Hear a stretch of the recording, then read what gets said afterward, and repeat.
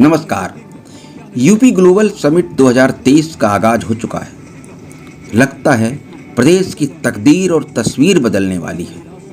उत्तर प्रदेश के युवाओं को अब रोजगार के लिए बाहर नहीं भटकना पड़ेगा, क्योंकि 2 करोड़ से भी अधिक लोगों के लिए रोजगार के अवसर प्रदेश के अंदर ही सृजित होने की संभावना है।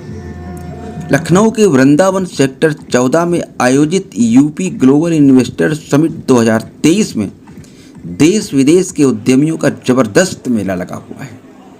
10 फरवरी को कार्यक्रम का शुभारंभ प्रधानमंत्री नरेंद्र मोदी द्वारा किया गया। प्रधानमंत्री ने इन्वेस्टर समिट की सफलता के लिए प्रदेश सरकार की भूरी भूरी प्रशंसा की। लक्ष्य से कहीं अधिक मिले निवेश के प्रस्तावों से मुख्यमंत्री आदित्यनाथ तथा उनकी पूरी टीम का उत्साहित होना स्वाभाविक है। देश के गृह एवं सहकारिता मंत्री अमित शाह ने योगी सरकार की तारीफ करते हुए कई अहम सुझाव भी दिए, जिसमें सबसे महत्वपूर्ण सुझाव यह था कि सूक्ष्म एवं लघु उद्योगों को बड़े उद्योगों के साथ जोड़ने का काम सरकार को करना चाहिए। जब भी कोई बड़ा उद्योग लगता है तो उसे अपना प्रोडक्ट बनाने के लिए अनेक कलपुर्जे आदि छोटे उद्यमियों से खरीदने पड़ते हैं। यदि बड़ा उद्यमी यह सब प्रदेश के बाहर से खरीदेगा तो उसके प्रोडक्ट की कास्ट बढ़ना तय है। इसके लिए गृह मंत्री ने प्रदेश सरकार को सुझाव दिया कि प्रदेश सरकार की टीम यदि क्षेत्रीय स्तर पर छोटे और बड़े उद्यमियों के बीच इस दिशा में सामंजस्य स्थापित करवाने का काम करती है तो इससे जहां बड़े उद्यमियों का ट्रांसपोर्टेशन खर्च बचेगा, वहीं छोटे उद्यमी को अपने प्रोडक्ट के लिए बाजार पर निर्भर नहीं रहना पड़ेगा। इस कार्यक्रम से पूर्व पर्यटन एवं संस्कृति विभाग के मंत्री जयवीर सिंह तथा वरिष्ठ अधिकारियों के साथ उद्यमियों के विचार विमर्श का दौर चला। रक्षा क्षेत्र में निवेशकों की रुचि को बढ़ावा देने के लिए रक्षा मंत्री राजनाथ सिंह भी कार्यक्रम में पधारे थे।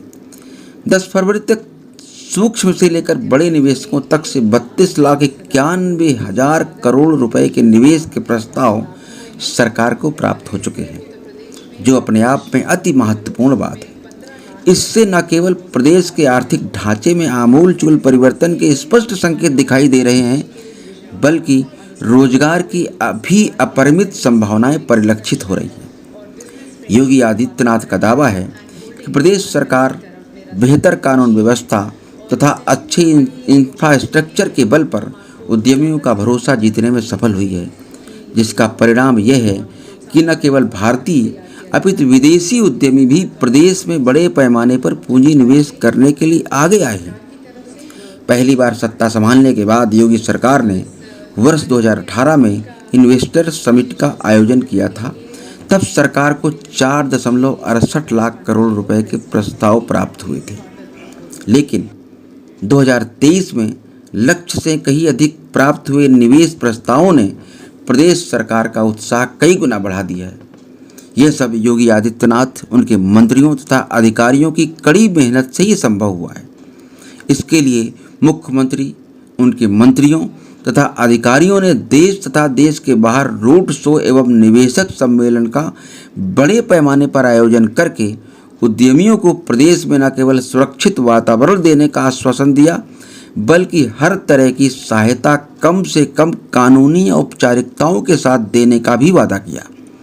उनके आश्वासन पर उद्यमियों ने भरोसा जताया और आज इतनी बड़ी संख्या में निवेश हित प्रस्ताव प्राप्त हुए हैं। 32,91,000 के प्रस्ताव आए, इससे आज उत्तर प्रदेश सर्वोत्तम प्रदेश की ओर बढ़ गया है। एमएसएमई सेक्टर बहुत महत्वपूर्ण सेक्टर है। हमारे उत्तर प्रदेश में 90 लाख एमएसएमई की इकाइयां हैं और 90 लाख इकाइयों में लगभग 1 करोड़ लोगों को रोजगार मिला हुआ है। और लगातार जिस तरह से हमारे बीच में एमयू हुए हैं, हमारे ऑनलाइन जो हमारे पास आए हैं, अब तक 8,856 कंपनियों ने एमयू किया है और 1,40,000 करोड़ एमएसएमई सेक्टर में एमयू प्राप्त हुए। बहुत ही सराहनीय हमारे आप सभी लोगों का सहयोग जो मिला है, मैं आप सभी का आभार व्यक्त करता हूँ। मैं उम्मीद है कि जिस तरीके से हमारे मुख्यमंत्री जी के नेतृत्व में उत्तर प्रदेश की सरकार चल रही है, और जिस तरह से जीरो टॉलरेंस की कानून व्यवस्था, इंफ्रास्ट्रक्चर, चाहे हमारे जो सड़कों का जाल हो, चाहे हमारे जितने एक्सप्रेस वे हो, Purvanchal express way, Bundelkhand express way, और जिस तरह से डेडिकेटेड कॉरिडोर का जो सीधे समुद्र से जुड़ना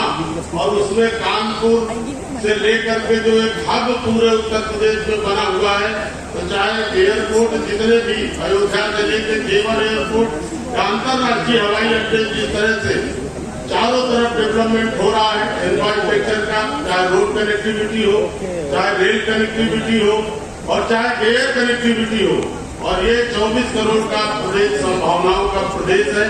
और लगातार जिस तरह से निवेशक उत्तर प्रदेश में आ रहे हैं और जिस तरह से पूरी मजबूती के साथ निवेश करने का मन बना चुके हैं, और हम लोगों ने जो 25 पॉलिसियां अभी मंत्रिमंडल में पास की है, और जिस उत्सुकता से उन पॉलिसियों को हम लोगों ने, जब वो नेट में भी है, कितना लोगों को उससे लाभ होने वाला है। एमएसएमई की पॉलिसी जिस तरह से सूक्ष्म के लोगों को हम लोगों ने 25% सूक्ष्म में कैपिटल सब्सिडी और 4 करोड़ तक का जो इन्वेस्ट करने, उसमें डायरेक्ट सब्सिडी कैपिटल हम लोगों ने 10 से 25% तक देने का काम किया है। और जिस उत्साह से लोगों ने, तमाम हमारे व्यापारिक संगठन, चाहे आईआईए के लोग, भारतीय के लोग भी हैं, हम लोगों से मिले, जो सुझाव उन लोगों ने दिए वो हम लोगों ने अपनी नीतियों में समाहित किया। माननीय मुख्यमंत्री जी ने सारे सुझावों को इस नीति में रखा है। पहली बार ब्याज में भी सब्सिडी देने का काम, सूक्ष्म इकाइयों को बढ़ावा देने के लिए 50% ब्याज में छूट देने का काम पहली बार योगी सरकार ने किया। और एक अंत्योदय से अमृत काल की विकास की यात्रा के मिशनरी नेतृत्व के रूप में दुनिया के लोकप्रिय नेता आदरणीय प्रधानमंत्री जी के मार्गदर्शन में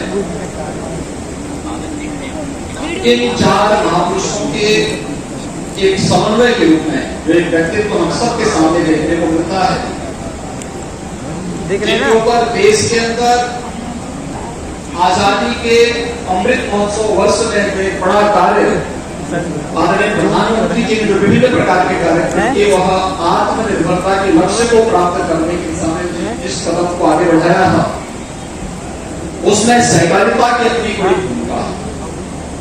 और सहकारिता जैसे मंत्रालय का नेतृत्व किन हाथों में दिया जाना चाहिए, यह कोई नाम सामने आया था तो आज के गृह मंत्री और सहकारिता मंत्री आदरणीय अमित शाह जी का नाम आया था। आज उनका मार्गदर्शन सबको प्राप्त होने जा रहा है। इस अवसर पर उनका हृदय से देशवासियों की ओर से स्वागत और अभिनंदन करता हूँ। मित्रों, हम सब जानते हैं उत्तर प्रदेश सूक्ष्म लघु मध्यम उद्यम का देश का सबसे बड़ा आधार रखता है। लगभग 96 लाख एमएसएमई यूनिट हमारे पास प्रदेश के अंदर मौजूद है, लेकिन ये सभी एमएसएमई यूनिट 2017 के पहले यूनिट प्रायः उपेक्षित थी, दम तोड़ रही थी। लोग इसे बंद करके पलायन की ओर जा रहे थे। मुझे याद है कि जब 2016 में भारतीय जनता पार्टी ने उत्तर प्रदेश विधानसभा चुनाव के पूर्व अपना लोक कल्याण संकल्प पत्र जनता के लिए तैयार किया था, उस लोक कल्याण संकल्प पत्र में अपने प्रधानमंत्री जी के मार्गदर्शन में उस समय उत्तर प्रदेश के प्रभारी के रूप में आज के माननीय गृह और सहकारिता मंत्री श्री अमित शाह जी ने एक लाइन उसमें डलवाई थी कि उत्तर प्रदेश की पहचान जिन कारणों से है उनमें से एक महत्वपूर्ण कारण यहाँ की परंपरागत उद्यम भी है। अच्छा, आ जाओ ना। इस परंपरागत उद्यम के लिए प्रदेश में सरकार बनने पर हम विशेष कार्य योजना बनाएंगे, और विशेष कार्य योजना जब 2017 में प्रदेश में भारतीय जनता पार्टी नेतृत्व की सरकार बनी, तो उसी परंपरागत उद्यम को, जो सूक्ष्म लघु मध्यम उद्यम का 96 लाख से यूनिट उत्तर प्रदेश के अंदर है,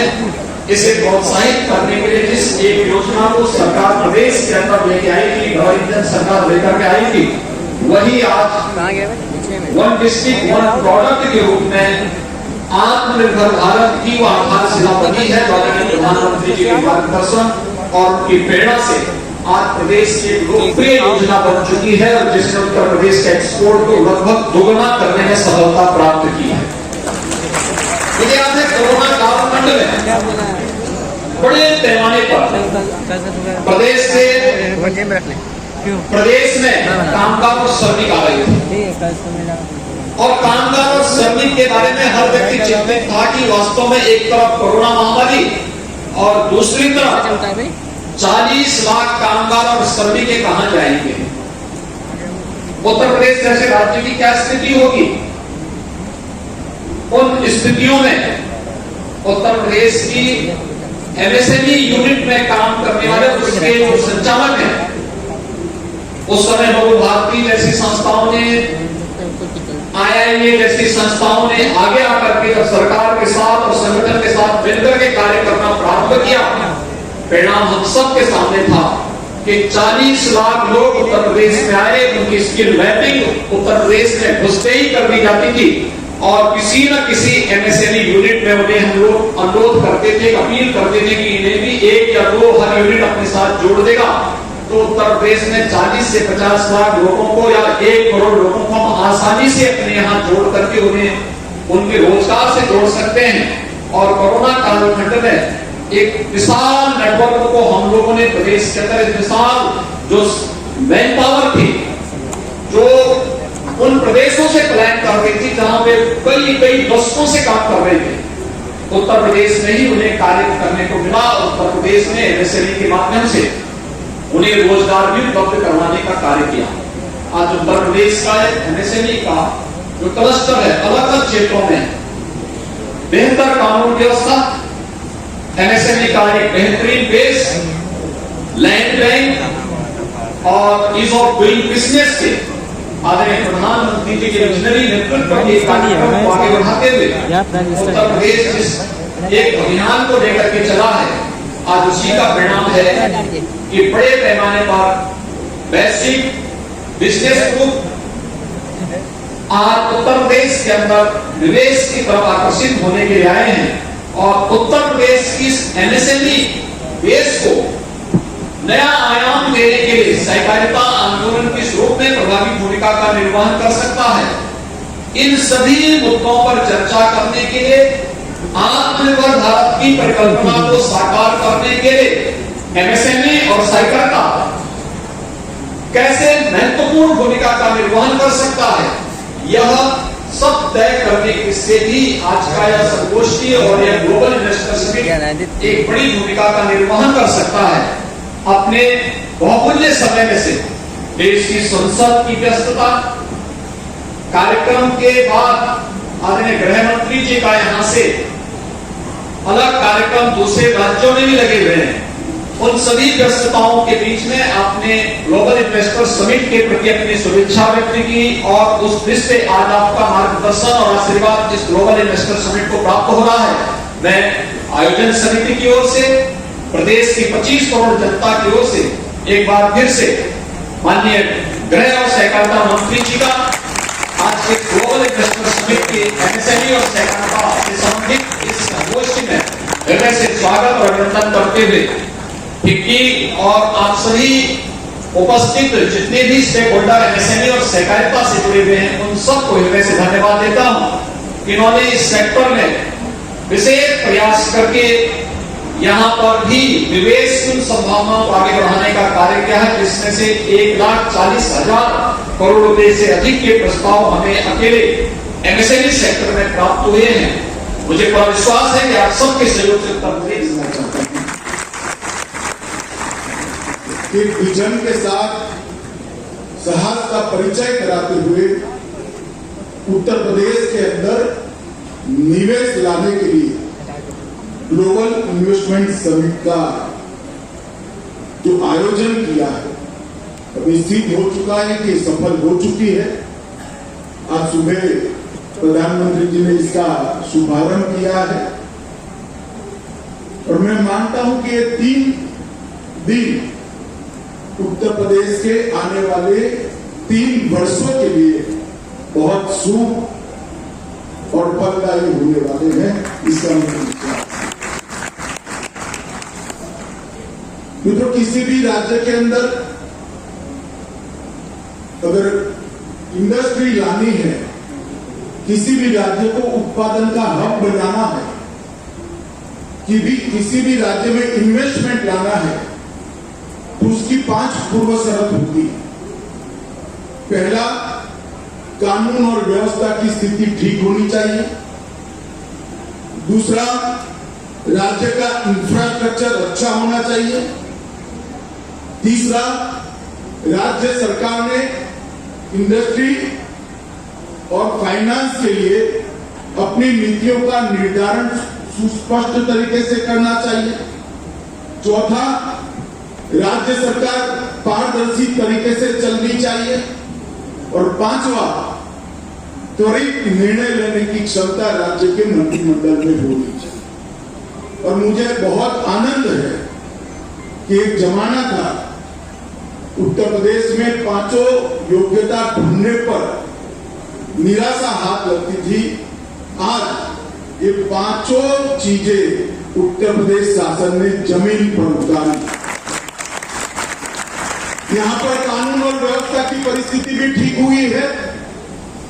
इंफ्रास्ट्रक्चर के क्षेत्र के अंदर, समग्र देश के अंदर जो कुछ चुनिंदा राज्य हैं जहां इंफ्रास्ट्रक्चर में सबसे ज्यादा निवेश विगत 5 साल में हुआ है, तो उसमें से उत्तर प्रदेश है।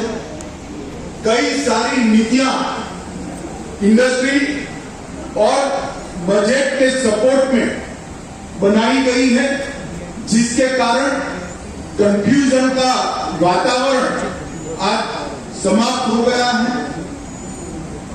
उत्तर प्रदेश में भारतीय जनता पार्टी की सरकार योगी जी के नेतृत्व में पारदर्शी तरीके से चल रही है। एक भी आरोप हमारी सरकार पर नहीं है। और इसके साथ साथ उत्तर प्रदेश ने त्वरित फैसले लेने का भी मादा दिखाया है और त्वरित फैसले भी लिए। तो एक प्रकार से इंडस्ट्री और इन्वेस्टमेंट दोनों के लिए एक बहुत सानुकूल वातावरण यहां पर बना हुआ। बचपन में मैंने भौतिक विज्ञान का एक नियम समझा था, mass multiplied by velocity is equal to momentum. और उत्तर प्रदेश में मास भी है, वॉलेटिलिटी भी है, इसलिए मोमेंटम भी।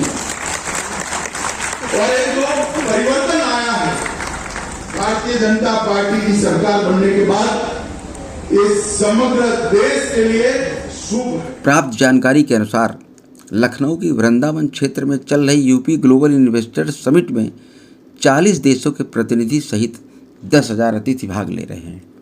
12 फरवरी को समापन सत्र में राष्ट्रपति द्रौपदी मुर्मू भी यहाँ पधारेंगी।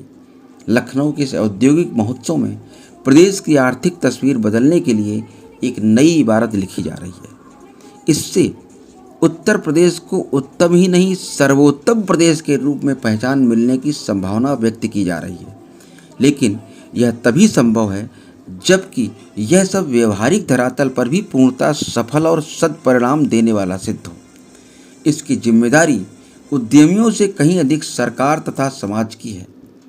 योगी सरकार सुशासन का कितना भी दावा क्यों न करे, परंतु सरकारी विभागों में व्याप्त भ्रष्टाचार पर अब तक अंकुश नहीं लग पाया है। सूक्ष्म एवं लघु से लेकर बड़े उद्योगों तक को स्थापित करने के लिए उद्यमियों को एक निश्चित कानूनी प्रक्रिया से गुजरना पड़ता है, जिसमें औपचारिकताओं के नाम पर प्रायः जमकर वसूली होती है। उसके बाद उद्योग व्यापार की निगरानी तथा कर संबंधी विभागों के भ्रष्ट अधिकारी विभिन्न प्रकार के भय दिखाकर अपनी जेब गरम करने का दबाव उद्यमियों पर बराबर डालते हैं। राष्ट्रीय मार्गों पर जगह जगह व्यापारियों के मालवाहन रोककर चेकिंग के नाम पर अवैध वसूली जग जाहिर है, जिसके कारण अक्सर मार्ग दुर्घटनाएं भी हो जाती हैं। केंद्र में भाजपा सरकार बनने के बाद 4 लाख से भी अधिक कंपनियों को बंद किया गया। इसका जिक्र अक्सर प्रधानमंत्री नरेंद्र मोदी अपने भाषणों में भी करते हैं। भविष्य में ऐसी स्थिति से बचने के लिए सरकार ने क्या उपाय किए हैं, यह भी सुनिश्चित होना चाहिए, क्योंकि यह तो तय है कि व्यापार छोटा हो या बड़ा हो, उसके लिए व्यवहारिक धरातल पर सभी कानूनी प्रक्रियाओं को पूरा कर पाना संभव नहीं है, जिसके चलते सरकार जब चाहे तब किसी भी उद्योग या व्यापार को बंद कर सकती है। अतः सरकार को इस दिशा में भी गंभीरतापूर्वक विचार करना चाहिए। वहीं यह भी ध्यान रखने की आवश्यकता है कि नियमों में अनावश्यक ढील टैक्स चोरी तथा अन्य ऐसी वृत्तियों को बढ़ावा देने लगती है, जैसा कि पिछली सरकारों के समय हुआ और बाद में मोदी सरकार को ऐसे सभी संस्थानों पर ताला लगाना पड़ा, जिससे अचानक उत्पन्न हुआ बेरोजगारी जैसा गंभीर संकट आज तक पूरा देश झेल रहा है। योगी सरकार ने उद्योग जगत को जो भरोसा दिया है, उसकी निरंतरता बनी रहना परम आवश्यक है। वहीं उद्यमियों को भी प्रदेश की आर्थिक प्रगति तथा रोजगार के असीमित अवसर प्रदान करने के सरकार के उद्देश्य के प्रति पूर्ण निष्ठा एवं ईमानदारी का परिचय देना चाहिए। कार्यक्रम में पधारे प्रत्येक रजिस्टर्ड इन्वेस्टर्स को बैज तथा किट प्रदान की गई। उस किट में भोजन के कूपन दिए गए थे, परंतु 2 बजे के करीब इस काम में लगे कर्मियों ने किट एवं बैजेज देना बंद कर दिया, जिससे सैकड़ों की संख्या में इन्वेस्टर्स परेशान हुए और आक्रोशित भी दिखे। कूपन के अभाव में अधिकांश लोगों को भोजन भी नहीं मिल सका। आप इन्वेस्ट यूपी वालों को बुलाइए ना। मीडिया में दीजिए, मीडिया में कॉन्टेक्ट में दिया, बिग ऑफिस है, why don't you call them from there? कितना टाइम लगता है कोई यहाँ से चल के वहाँ जाने में? हम जाके देख चुके हैं, लेकिन ये कोई नहीं, हम यहाँ से क्यों जाए? हम तो वेट करेंगे, एब्सोल्युटली वेट करेंगे। They are supposed to come here. आपने उसने बंद किया था टेम्पररी। मैं गया था, रद्दी से मिला था, उन्होंने कहा था कि थोड़ी देर देखिए, जिनका रजिस्ट्रेशन नहीं हुआ है उनका नहीं होगा, लेकिन जिनका हुआ है ये क्या है? No, they have to come and honour this today. ये शो गेट पागल नहीं है, आप नोएडा ऐसा मजाक चल रहा है यहाँ पे। आपको जो अरेंजमेंट नहीं करना है, आप क्यों सबमिट अंदर रखी हुई है, देते क्यों नहीं है? बिल्कुल, एटलीस्ट उनको दीजिए जिनका रजिस्ट्रेशन।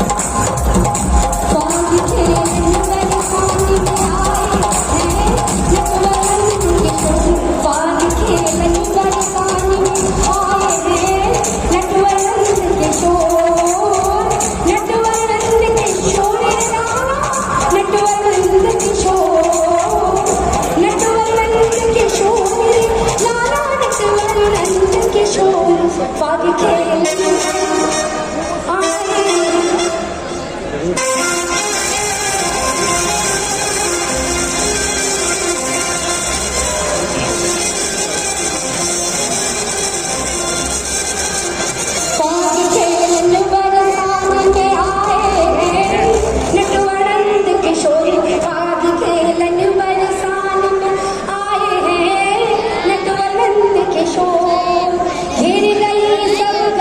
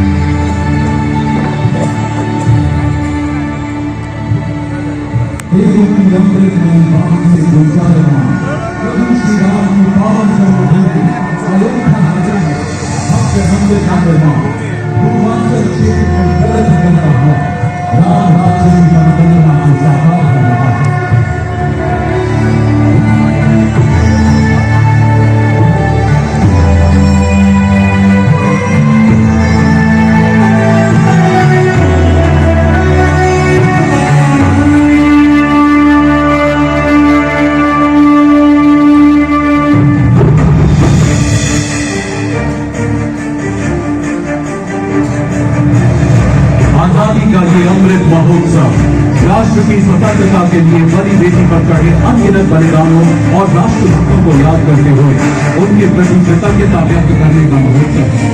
ये महोत्सव है उस तिरंगे को आकाश में और ऊंचा लहराने का, जिसकी शान और सम्मान की रक्षा के लिए वीरों ने अपनी जान कुर्बानी लगा दी। ये अमृत काल है, ये समय है नए प्रयासों द्वारा सफलता पाने का।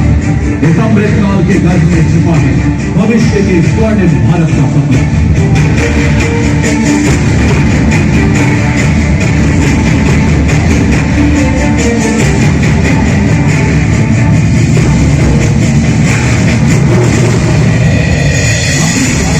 को मन में सजाए उत्तर प्रदेश विकास और प्रगति का आधारभूत ढांचा तैयार करने की दिशा में तीव्र गति से बढ़ गया है।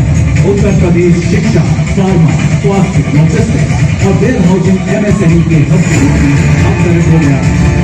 वन डिस्ट्रिक्ट वन प्रोडक्ट यानी ओडीओपी की पहल ने प्रदेश के पारंपरिक उद्योगों और हस्तशिल्पों को नया जीवन प्रदान किया। उत्पादों को एक साथ के साथ बाधा रहित से जाने के लिए देश के सबसे बड़े रेल गलियारों ईस्टर्न डेडिकेटेड ट्रेड कॉरिडोर और वेस्टर्न डेडिकेटेड ट्रेड कॉरिडोर का निर्माण किया जा रहा है।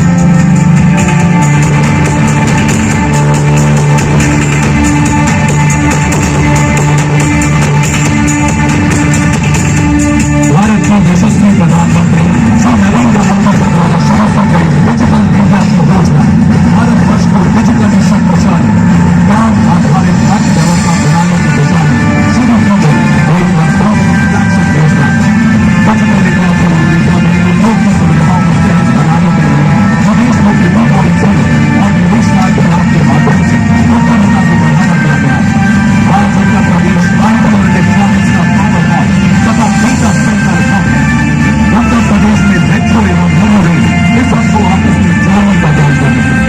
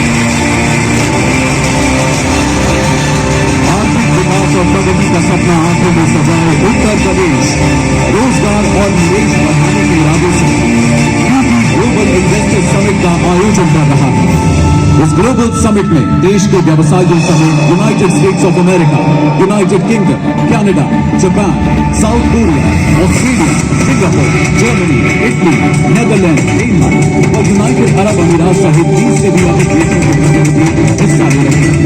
वर्तमान भारतवर्ष की आर्थिक उन्नति में 8 से 10% की भागीदारी करने वाला उत्तर प्रदेश 29 लाख करोड़ रुपए से निवेश की उम्मीद है। प्रधानमंत्री श्री नरेंद्र मोदी जी के $5 ट्रिलियन इकोनॉमी के लक्ष्य की दिशा में संकल्पित बढ़ रहा है। इसी दिशा में नीति का कसम है $1 ट्रिलियन इकोनॉमी को छूने का।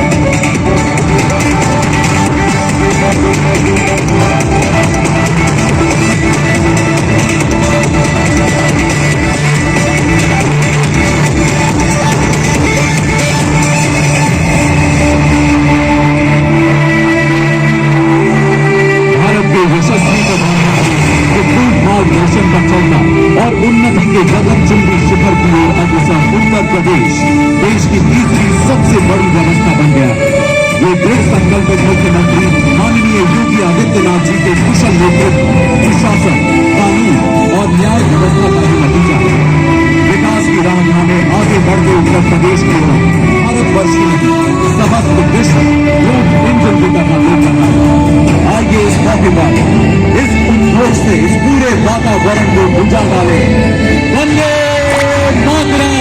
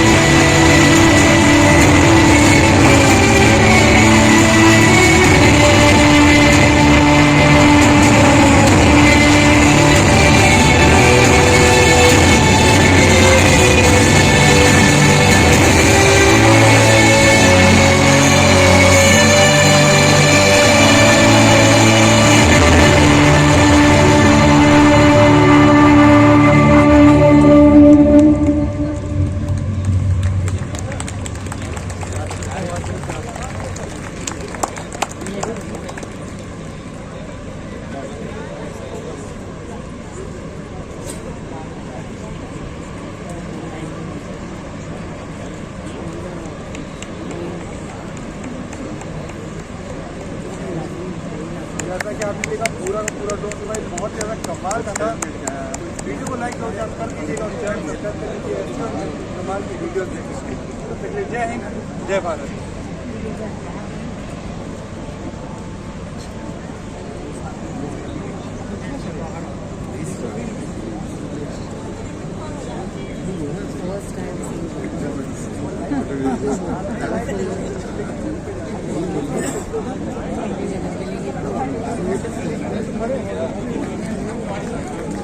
नहीं आ रही है।